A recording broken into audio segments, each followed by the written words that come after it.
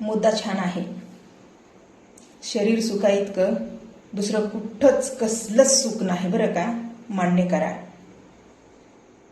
पण कसं आहे माहिती आहे का, भोगावा सगळ्यालाच वाटतं या, पण मान्य करून कुणाला घ्यायचं नसतंय. सत्य परिस्थिती आहे, शरीर सुखाइतकं दुसरं सुख कोणतंच नाही जीवनामध्ये, कोणतंच नाही जीवनामध्ये. कळलं का? जिथं शरीर सुख मिळवताव ना, तिथं एवढा आनंद होतो आणि एकदम माणूस सगळ्या गोष्टी साईडला ठेवून रिलॅक्स, आराम, एकदम शांत, दुसरं काही नको, जर ते मिळालं तर.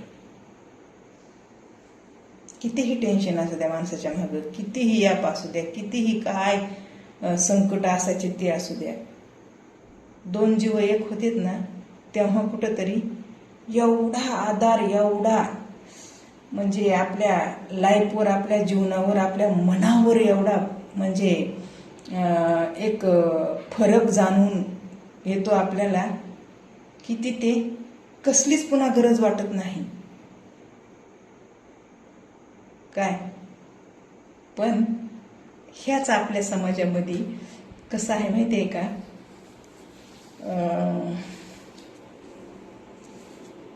मिळतं तिथे तेवढं जाणवत नाही, आणि जिथे मिळत नाही तिथे ते अनुभवता येत नाही. अशा गोष्टी येतात. आणि सगळ्यात महत्त्वाचं, वयावर लयच लोक जात येतात. वयावर, वयाच्या मानानं आता काय करायचंय ह्या म्हातारीला म्हाताऱ्याला, गप शांत पडावा की गप शांत राहावा की, वगैरे वगैरे. तुम्हाला एक गोष्ट सांगते, जसं जसं माणूस वयाने मोठं होतंय ना, तसं तसंच माणसाच्या अपेक्षा वाढत जातात, कमी होत नाहीत. आता ह्या अपेक्षा तुम्हाला सोप्या भाषेत सांगते. आता समजा मी लग्न केलं तेव्हा नवऱ्याची बायको झाली, सासरी गेले, एक मी सासरवासीन सून माणूस म्हणून काही वर्षे, काही आयुष्य माझं मी जगले. त्यानंतर मी बाळाची आई झाले. बाळाची आई झाल्याच्या नंतर मी स्वतंत्र झाले. आता मला सुना येतील. अपेक्षा वाढत चालल्यात का कमी होत चालल्यात राव, विचार करा तुम्ही. जसं मला माझ्या सासरी वागणूक दिली, माझ्या सासूने जे मला वागवलं, त्या अपेक्षा कशा मरत्यान हो माझ्या. मी पण माझ्या सुनाला वागवायचंय आता मला. ही अपेक्षा मी का बरं सोडून देऊ. आहे लेक मला, आहेत मुलं मला, मग माझ्या अपेक्षा कमी कशा होत्या ना. पॉइंट पकडला ना. ह्या अशा पद्धतीने माणसाच्या अपेक्षा कुठल्याच कमी होत नाहीत, वाढत जातात. हे समजून घेणाऱ्याला आहे. शरीर सुखाच्या अपेक्षा जेव्हा छोटे छोटे मुलं असतात, तरुण आपण असतो, तेवढं अनुभवता येतं का. तितक्यात लेकरं होत येतात, त्या नवरा बायकोला तेवढं जवळीक येता येतं का. लेकरं थोडेसे अंतरानं राहतात, तेव्हा आपलं वय होतं. मायला मग कुण्या वयामध्ये आपण, कुण्या वयामध्ये. अरे हेच वय आहे आता, लक्षात. तुमच्या येत नाही त्याला आम्ही काय करावा. म्हण की म्हातारी चादड झाली आणि आता काय हिल्ला फायजीन करायचं या. तर अशा विचारांच्या लोकांना मला एकच म्हणायचं या, हे बघा, ती प्रत्येक गोष्ट माझ्याबद्दलची, मी वयस्कर असल्यामुळे, माझं वय जास्त झाल्यामुळे दुसऱ्या कोणावर डिपेंड नाही. आणि ते प्रत्येक जण तेव्हाच दुसऱ्यांवर अवलंबून असतो जेव्हा ते जगाला निरोप देतो. ते कसं?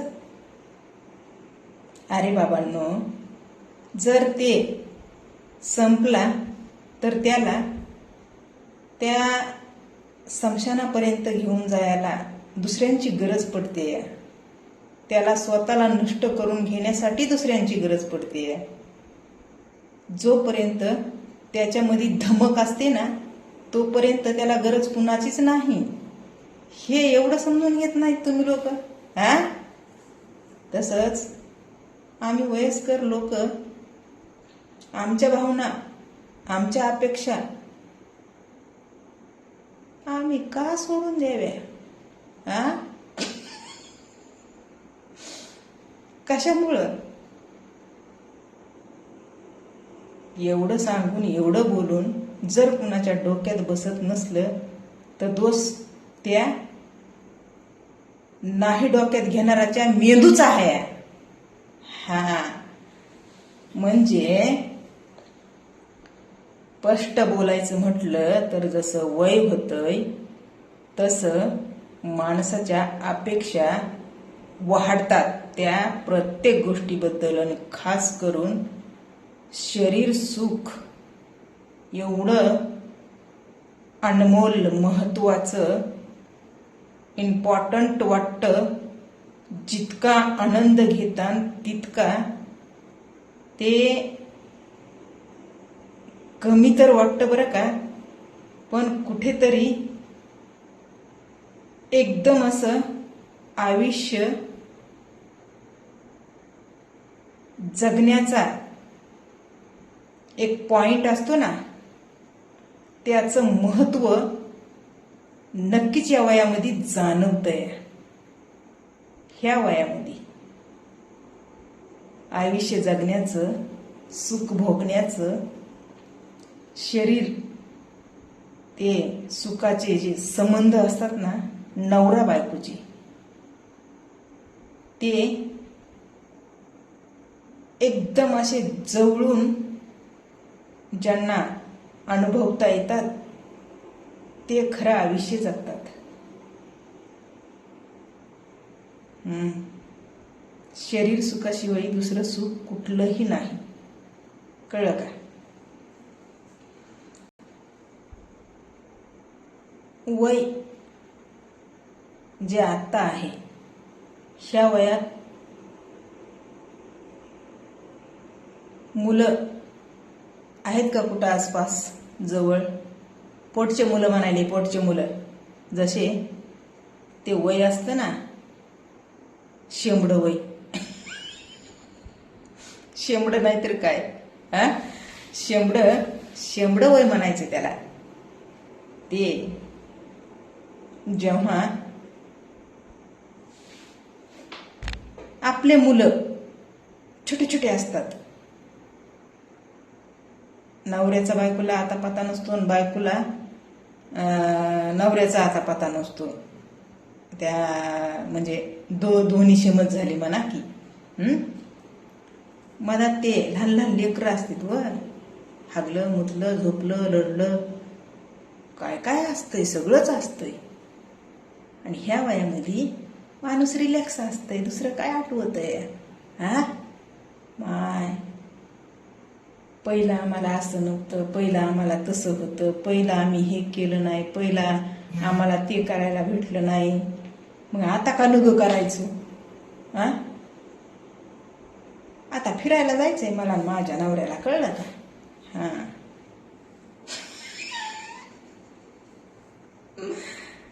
म्हणजे ह्या संसाराच्या वदवतीनं नसत्या काही गोष्टी आपल्याला करता येत, आणि त्या कधी आपण करणार बी आहोत हे बी नसतंय ठरलेलं. नशिबाचा खेळ असतंय. जर भेटला मौका तर मारायचा चौका, अशी गोष्ट आहे. त्याच्यानं वयावर कुणी कुणाच्या जाऊ नका. सरळ शब्दात सांगितलंय, जसं वय वाढतंय, बाई असू द्या गडी असू द्या, तसं अपेक्षाही वाढत येतात. बऱ्याच गोष्टीच्या अपेक्षा वाढत येतात. असं कोणालाच वाटत नाही की आता माझं वय झालंय आणि मला म्हणीन ते महागाईच्या आधी मिळावा. नाही मिळत रे बाबांनो. स्वतः आपण आपलं जगावं लागतंय असं त्या परिस्थितीमध्ये. आणि तितक्यात माणूस दुःख कुणी कुणाच्या वाट्याला मागतंय का? सुखच मागतंय ना रे, सुखच मागतंय. तसं माणसाला ते सुख मिळवण्यासाठी बरंच काय म्हणजे भोगावं लागतंय का नाही? भोगावं लागतंय. त्यालाच म्हणते तर अपेक्षा अपेक्षा अपेक्षा अपेक्षा.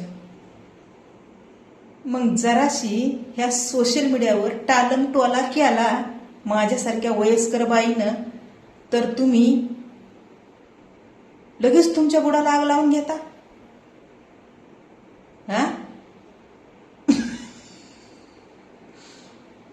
तुमच्यासाठी नाही मी टालम टोला करत.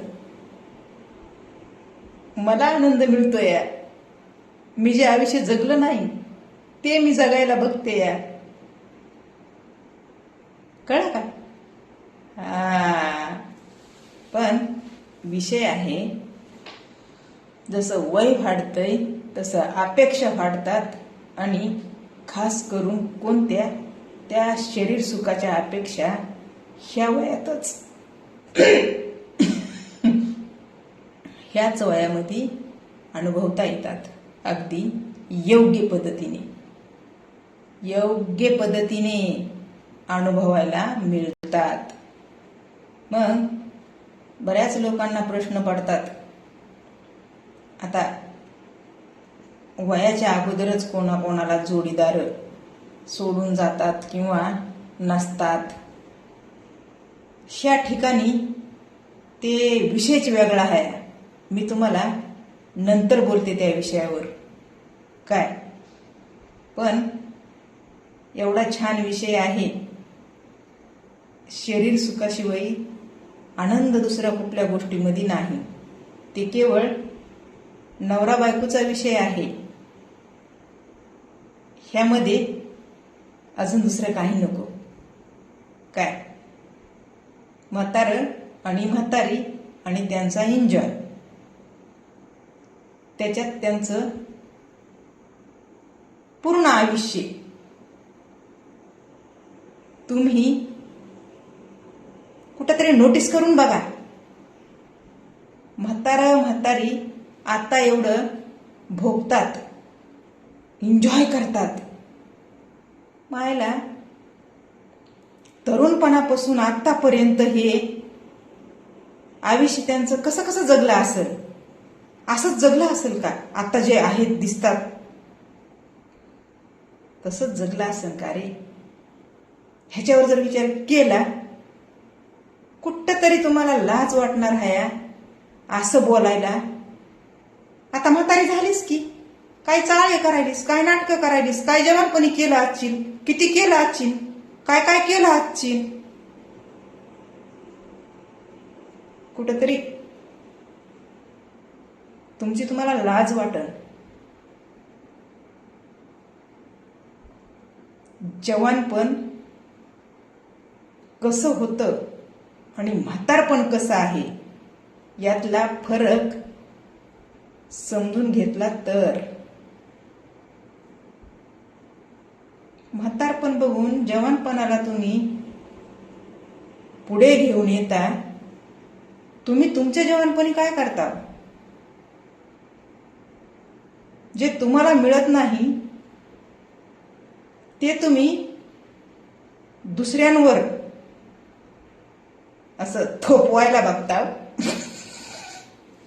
हा तर अजून काय पाहिजे मग तुमच्यासाठी? माझ्यासारखी वयस्कर बाई आनंदात कसं राहायचंय हे शिकवायली आहे. ते तितकं तुमच्याच्यानं शिकणं होत नाही. प्लस वरून मला शिकवताय. तुझं चारित्र्य तुला माहिती. कोणीतरी कमेंट केली हो मला, तुझं चारित्र्य तुला माहिती, पण तू खूप हसमुख आहेस. म्हणजे असा गोड बोलून टोला दिला असंच म्हणावं लागेल ना. पण माझा टोला जर बसला ना तर मग कळ कशी कुठून निघाली हे तर कळणार बी नाही, पण सगळं फाटूनच बसन. हा असा टोला देते मग मी. पण ते सोडून दिलंय राव, सोडून दिलंय. ते गाढवा पुढं गोंधळ मांडून फायदा नाही असं कुठंतरी मला वाटायलंय. कळलं का? ते बघा, मी ते वशू नाही का, त्यांचे व्हिडिओ कुठंतरी फॉलो करते, जे आवडतात मला ती. त्याच्यामध्ये खूप छान छान बोललेलं असतंय, खूप छान छान मस्त. एक शिकायसारखं आहे बरं का त्यांच्याकडून.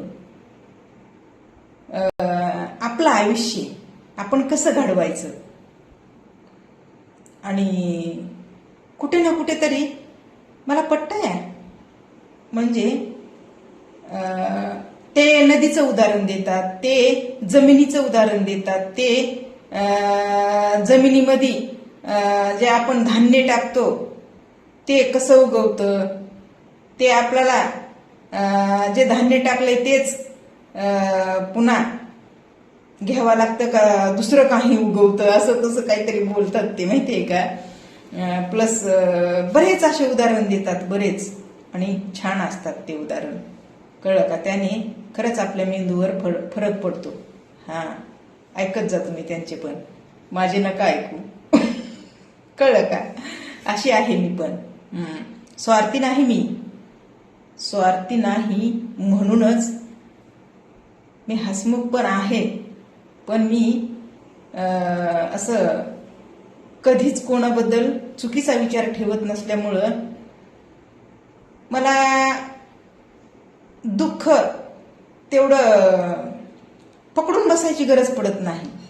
हा दुःख सगळ्यांना असतं, पण दुःख पकडून बसून माणसाला जगायचं तर आहेच, पण ते दुःख पकडून बसून काय फायदा आहे, अशी गोष्ट आहे. दुःखाला लांब करीत जा, रिलॅक्स राहा, माझ्यासारखं आयुष्य जगा. तुम्हाला काय वाटतं? दुःख सगळ्याला असतं, वेदना सगळ्यांना होतात. तर चला आता बाय.